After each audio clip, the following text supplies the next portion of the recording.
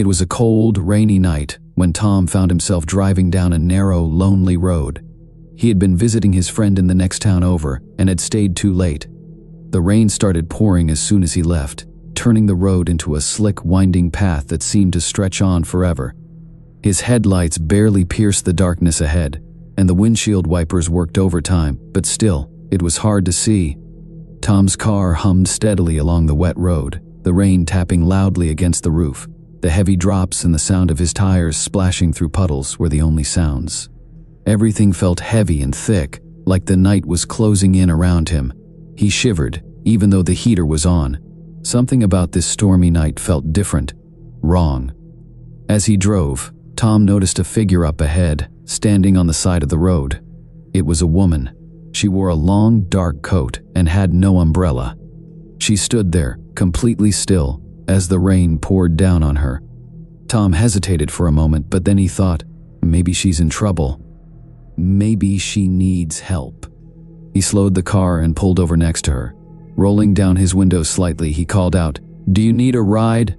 The woman slowly turned her head toward him. Her face was pale, almost too pale, like she hadn't been out in the sun for years. Her wet hair clung to her cheeks, and her eyes were wide, staring into the distance as if she wasn't really seeing him at all. "I need to get home," she said in a soft, quiet voice. "Please take me home." Something about her made Tom feel uneasy, but he pushed the feeling aside. It was raining hard, and he couldn't just leave her there. He unlocked the door and motioned for her to get in. The woman slid into the passenger seat without a word. She didn't shake off the rain or try to dry herself. She just sat there staring straight ahead. Tom glanced at her, but she didn't meet his eyes. Her clothes were soaked, yet she didn't shiver or seem cold at all. "Where's your home?" Tom asked, his voice shaking a little. She slowly turned her head toward him again, her eyes empty. "Just up the road, you'll see." Tom nodded and started driving again. The road seemed even darker now, the rain coming down harder than before. His hands gripped the steering wheel tightly, and he tried not to look at the woman beside him. Something about her felt wrong. He didn't know what it was, but the air inside the car felt colder now, and her presence sent chills down his spine. As they drove in silence, Tom noticed something strange. The woman wasn't wet anymore. Her clothes, which had been dripping just moments ago, were now completely dry. Tom blinked, confused, but kept driving. He didn't dare ask her about it. Minutes passed, and finally the woman spoke again. "Here," she said, her voice barely above a whisper. "Stop here." Tom looked around but saw nothing. No house, no lights, just trees and the endless road. There wasn't even a driveway or a mailbox. It was just a dark stretch of road in the middle of nowhere. "Are you sure?" he asked, his voice shaking. "Yes," she replied, her eyes still staring ahead. "This is where I live." Tom stopped the car, his heart pounding in his chest. The rain was still coming down in sheets, making it hard to see anything. The woman reached for the door handle and stepped out of the car without another word. She stood there, in the pouring rain, staring into the woods. Tom watched her for a moment, unsure of what to do. Something wasn't right, and his instincts were screaming at him to drive away. But before he could say anything, the woman turned to him one last time. "Thank you," she said softly, her voice sounding far away. Then she turned and walked into the woods, disappearing into the darkness. Tom sat there, stunned. He couldn't just leave her like that, wandering off in the middle of nowhere. He got out of the car, shouting after her, "Wait, you can't just go in there." But when he stepped out and looked around, she was gone. There were no footsteps in the mud, no sign of her anywhere. It was like she had vanished into thin air. Tom's heart raced as he looked into the dark woods, the rain soaking him through. He backed away slowly, feeling like he was being watched, even though there was no one around. Shaking with fear, he jumped back into his car and sped off, the tires screeching on the wet road. The next day, Tom couldn't stop thinking about the strange woman. He went back to the town nearby and asked some locals about the road. When he described the place where he had dropped her off, the people looked at him with wide eyes. "That road?" one man said. "No one lives there, not anymore." Tom frowned. "What do you mean?" The man hesitated, then leaned closer. Years ago, a woman died in a car accident on that road. She was walking home during a storm just like the one last night. She never made it, some say. Her spirit still walks that road, trying to find her way home. Tom's blood ran cold. He had picked up a ghost. That woman, she wasn't alive. He never drove down that road again. And whenever it rained, he couldn't shake the feeling that somewhere, out there in the storm, she was still walking. The rain had been coming down in heavy sheets all night. It was the kind of storm where the wind howled through the trees and the rain pelted against the windows like a relentless force. I sat in my living room, the dim light of the TV flickering across the walls as I tried to lose myself in some late-night show. But the storm outside was too distracting. The sound of thunder rumbling in the distance made the house feel smaller, more isolated. It was one of those nights where you felt like you were the only person in the world, cut off from everything by the thick blanket of rain. I glanced at the clock. 11:45 p.m. It was late, and I should have been getting ready for bed, but the thought of moving from the couch felt impossible. I was too comfortable, too absorbed in the sound of the rain pounding against the roof. I leaned back, pulling the blanket tighter around me, trying to ignore the growing unease I felt creeping up inside. Then, out of nowhere, there was a knock at the door. I froze, my heart skipping a beat. It was nearly midnight, and no one ever visited this late, especially in weather like this.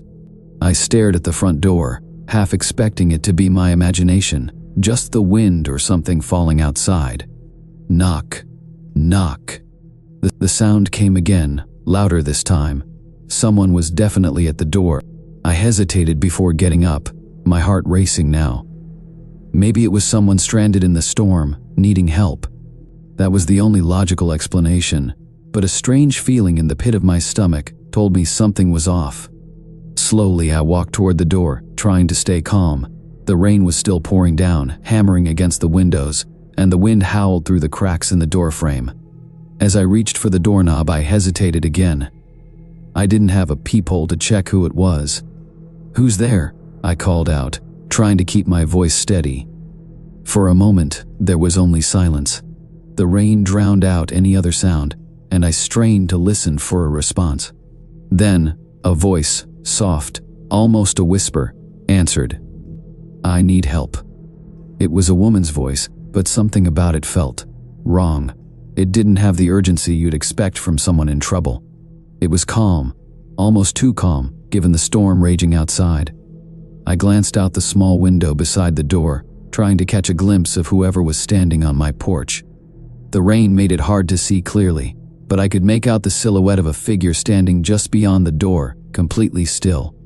Every instinct screamed at me not to open the door, but I couldn't just leave someone out there in the storm, could I? "I'm sorry," I said, my voice shaky now. "But it's too late for visitors." There was silence again. The rain continued to beat against the house, and the wind howled louder than ever. I thought maybe the person had gone, realizing I wasn't going to open the door. I breathed a sigh of relief and turned to walk back to the couch. But then, the voice came again, closer this time. "Please, let me in." It was as if the voice was right behind the door now, and I felt a chill crawl up my spine. Something about it sent a wave of fear through me, and I knew I couldn't open the door, no matter what. I can't help you," I stammered, backing away from the door. There was another knock, more urgent this time, and I jumped. My heart was pounding in my chest, and my hands were trembling.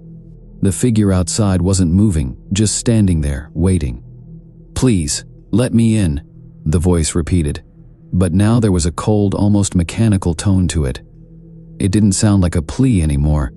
It sounded like a demand.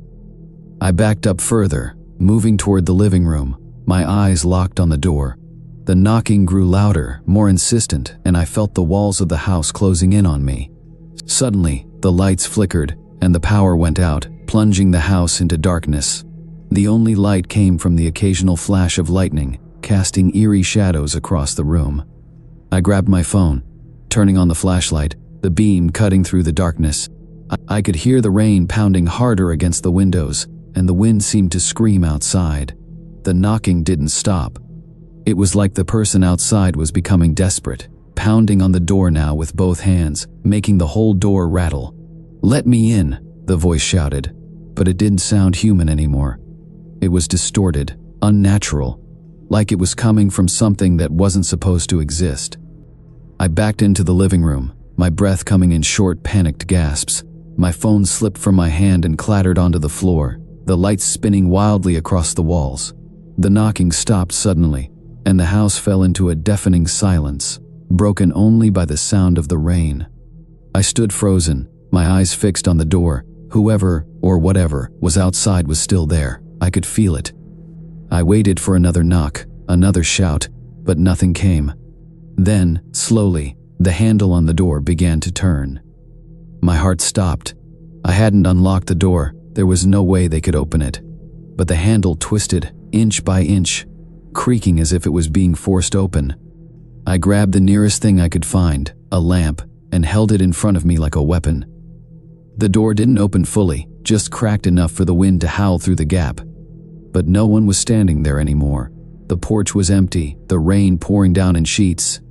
I stepped forward cautiously, my hands trembling as I reached for the door. I had to lock it, had to make sure whatever was outside couldn't get in. But before I could, a flash of lightning lit up the room, and in that brief moment, I saw it. A figure standing in the corner of the living room, watching me with hollow, empty eyes. I screamed, dropping the lamp, and when the light came back, the figure was gone. The door slammed shut on its own, locking with a loud click. I backed away, my heart racing, unable to make sense of what had just happened. The house was quiet again, save for the storm outside. But I knew I wasn't alone anymore. Somewhere in the darkness, something was waiting, and I knew it would return when the rain came again. The rain came down hard that night, drumming against the windows of my small house. I sat alone on the couch, listening to the wind howl outside. The streets were empty, and the storm made the night feel longer, darker. Around midnight, I heard it, a knock at the door. I froze, confused. Who would be knocking this late, especially in a storm? The knock came again, louder this time. I stood up slowly, my heart pounding. I wasn't expecting anyone, and something about it felt wrong.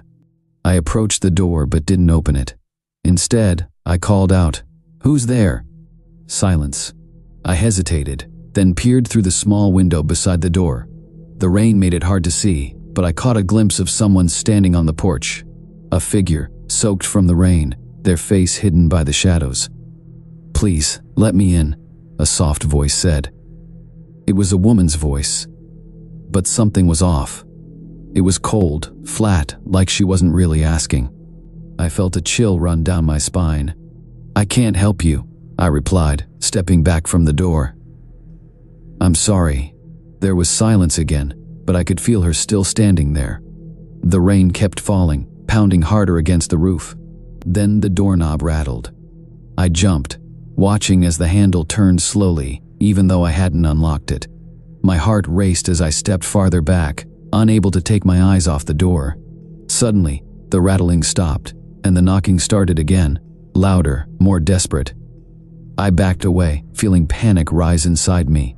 Then, just as suddenly as it started, the knocking stopped. I waited, breathless, listening to the rain outside. After a few minutes of silence, I cautiously moved back to the window, peeking through the glass. The porch was empty. I let out a shaky breath, trying to calm down. Maybe it was just a stranger caught in the storm, someone who had moved on.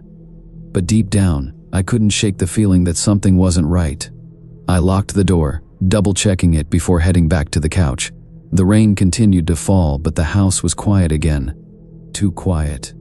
Just as I started to relax, a soft whisper came from behind me. "Let me in." I turned around, but the room was empty. The voice had come from inside the house.